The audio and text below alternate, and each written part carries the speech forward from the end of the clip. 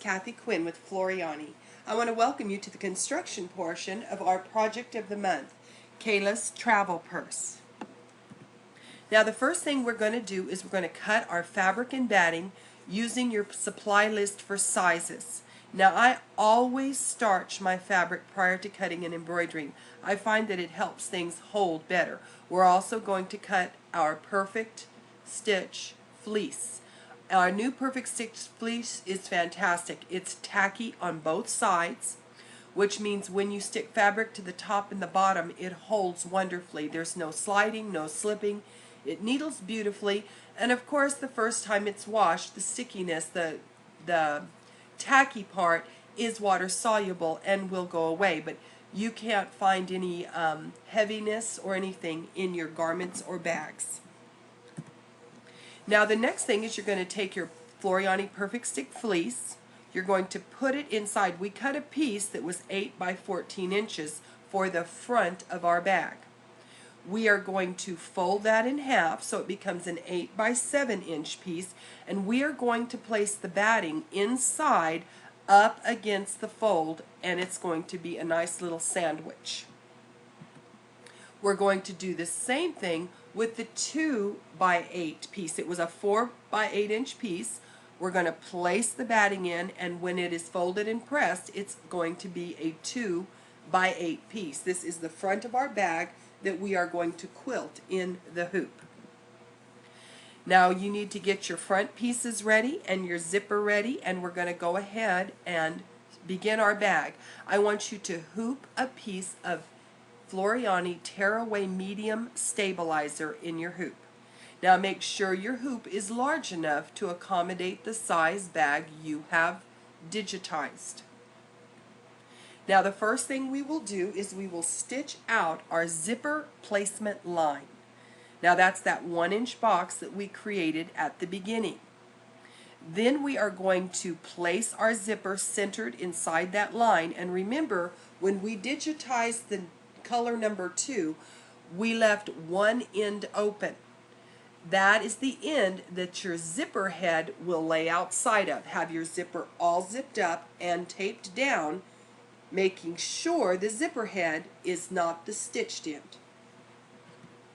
Now we are stitched down our zipper, and now we are going to take our front bottom piece of fabric with the batting inside, and we are going to lay it down folded edge right up against our zipper teeth. Do not cover the teeth. You want it to be just right to the teeth. Now I always use painter's tape to tape everything down so it won't shift or move. Now I do this making sure it will be outside the stitching line. We don't want to stitch through our tape. Now I will go ahead and push my button, and it will quilt the bottom piece to my medium tearaway stabilizer, and it will attach it to the zipper. Now we're going to take our piece that is our top piece that has the fleece in it. We are going to lay it down again, folded edge next to the zipper teeth, and not covering them, tape it down. Go ahead and quilt the top portion as well. Now the next stitch out is going to be the placement line for our ribbon. Now remember, we've made it a little smaller than the width of our ribbon so that it won't show around the outside. So now center your ribbon, your 9 inch piece of ribbon, over the top of the placement line, and again I'm taping it in place. The reason I use painter's tape is because it leaves no sticky residue on your fabrics or hoops. Now once we have placed that there, we are going to stitch down our ribbon. With our ribbon stitched down, we're now going to stitch out the placement line for the APPLI stitch fabric.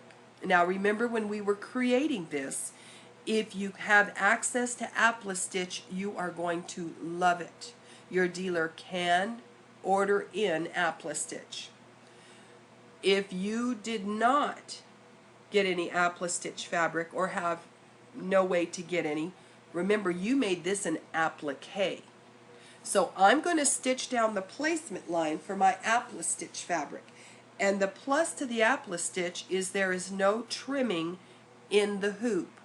We just leave it till the APPLI stitch process is completely finished, then we'll be able to pull it away. So now that I have that placement line, I'm going to lay a square of APPLI stitch over the top of the placement line. Now I will allow my machine to finish the tack down, the trapping stitch, and the complete satin stitch totally finished. Now I will just simply tear away the APPLI stitch fabric, and I have perfect applique without trimming in the hoop. There's no hairs sticking out. I didn't trim it too close so it pulled away. This is the easiest way you'll ever do applique in the hoop. Now go ahead and stitch out your monogram letter. You can see we've completely torn away our APPLI stitch. We have added in whatever letter you chose, your monogram letter. We are going to stitch that down. Now in our next step, we are going to take our hoop off the machine. Be very careful not to unhoop your purse at this point. Now we also had our lining fabric that we cut the 8 by 14 inches and we folded and pressed it in half, as well as the top portion that started out 4 by 8 and now it is a 2 by 8 inch piece. Now I want you to tape these down to the back. You will be able to see your zipper through the medium tearaway stabilizer. Now I took just a plain old pencil and I marked down the center of the teeth. I could see them, so I just marked it so I'd make sure that when I taped my lining fabric to the back of the hoop, the bottom of the hoop, that I would not cover up the teeth on the zipper. So now tape these in place and tape them well so they can't shift or get scruffed off as your machine's moving, and put your hoop back on the machine and stitch out the tacking line for our lining. So you can see how it is stitched down my lining, and now we are going to turn our hoop back over. I just took it off the machine for the picture. You do not need to remove your hoop from the machine unless you just want to check and make sure nothing got folded or messed up when you put your lining, stitched it down. Now turning your hoop back over, I want you to make sure you unzip your zipper at least 2/3 of the way. If you do not unzip your zipper, you will not be able to get into your bag. So I unzip it about 2/3 of the way because I do not want the zipper pull to interfere with my embroidery foot. So I want to make sure it's far enough away from the stitching edge so the foot won't hit it, but open as far as I possibly can because we are going to turn it through the zipper opening. Now the next part, I want you to take your 2 3-inch pieces of ribbon that we had cut. I want you to put them through the D-rings. You can see how I've run this ribbon through the D-rings. Excuse me. Now we are going to put it through, line up my raw edges of the ribbon. I'm going to place this at the top of my bag. The D-rings are going to be inside the purse at this point, and I'm going to put the raw edge just beyond the raw edge of the purse top fabric. Now making sure, keep it far enough away from the ends so your presser foot will not hit, your embroidery foot won't hit that, and far enough down from the top stitching line. I would say 1/4 to 3/8 of an inch over and down is perfect. Once you have it in place, I want you to tape over the D-rings, tape it down to the top of your purse. Notice in my tape, I taped my tape all inside the stitching lines because I do not want to have to stitch through my tape. So now that these are taped down, our zipper is open at least 2/3 of the way, we are going to complete our purse sandwich. Now I'm going to take my purse backing fabric. This is the fabric that will be on the back of your purse. I'm so sorry, allergies have me. We are going to place this right sides together. You have an 8 by 10 piece of fabric. It's plenty big to cover everything we've stitched so far. So center it over the back, on top of, center it on top of your hoop, right sides together. The next piece that will go down is your 7 by 8 inch piece of Floriani Perfect Stick Fleece.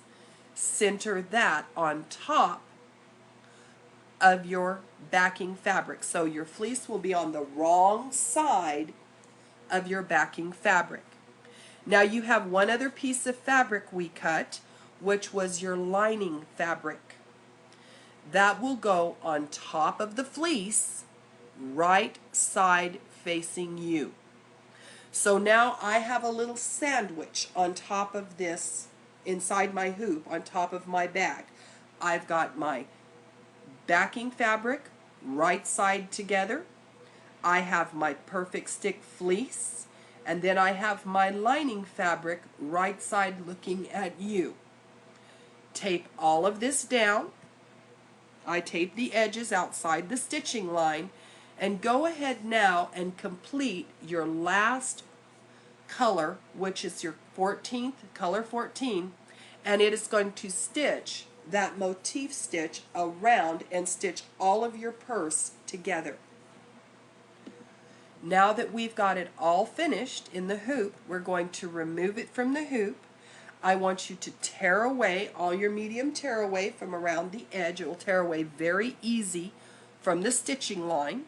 So you see in the picture here where I've torn it all away. And now you see we need to trim our purse. We're also going to need to tear through the stabilizer inside the zipper opening. So you can see I'm pulling it away very, very easy. It tears away very simply. Reach in and go ahead and tear that all the way open. You can push your little zipper pull on over to the edge. Once we've got the opening opened up, I want you to trim against the edge of your motif stitch. Now make sure you go maybe a 1/16 inch beyond it, because you don't want to make the mistake of cutting off the edge of those stitches. So now that I have trimmed this, I'm going to reach into that zipper opening and pull out my 2 pieces of blue tape that I had holding down my D-rings. Now that I've got this, I am going to turn my bag right side out through the zipper opening. So you now have a fully lined bag, quilted on the front. You have your fleece in the back with your 2 D-rings attached with your ribbon. So now that we've turned it through, we are going to go ahead and sew the ribbon strap onto the D-rings. Now this is going to, the length of this ribbon piece is going to depend upon if you're wearing this as an over-the-shoulder purse or across-the-body purse. If you want to put it like my granddaughter, I made it to go around her neck to keep her money and passport and airline ticket in, so that she would have it close to her heart so she would not lose it. Or you could even put a wrist strap on this if you just wanted to carry it like a wristlet purse. So the length of the strap is going to depend upon you, and also if you are going to wear it as an over-the-shoulder, you're going to need to measure what the right distance is for you and the length you like your purse to hang. Now what I did is I slid my ribbon through the D-ring and folded it under. So I folded under the raw edge and I stitched right against that folded line. Then I moved my presser foot over using the edge of the D-ring as my guide and sewed a second line of stitching just to reinforce the hold of that ribbon. So as you can see here, I've done that on both sides with the D-ring. Those are stitched in, and congratulations on completing Kayla's travel purse. It comes at a perfect time this summer as more and more are traveling and More of our kids are running. We've got graduations. We have all kinds of wonderful things coming up this summer, and this bag is a perfect gift for anyone. Thank you for coming to the construction portion of the Project of the Month, Kayla's Travel Purse. I look forward to seeing you again in our next class.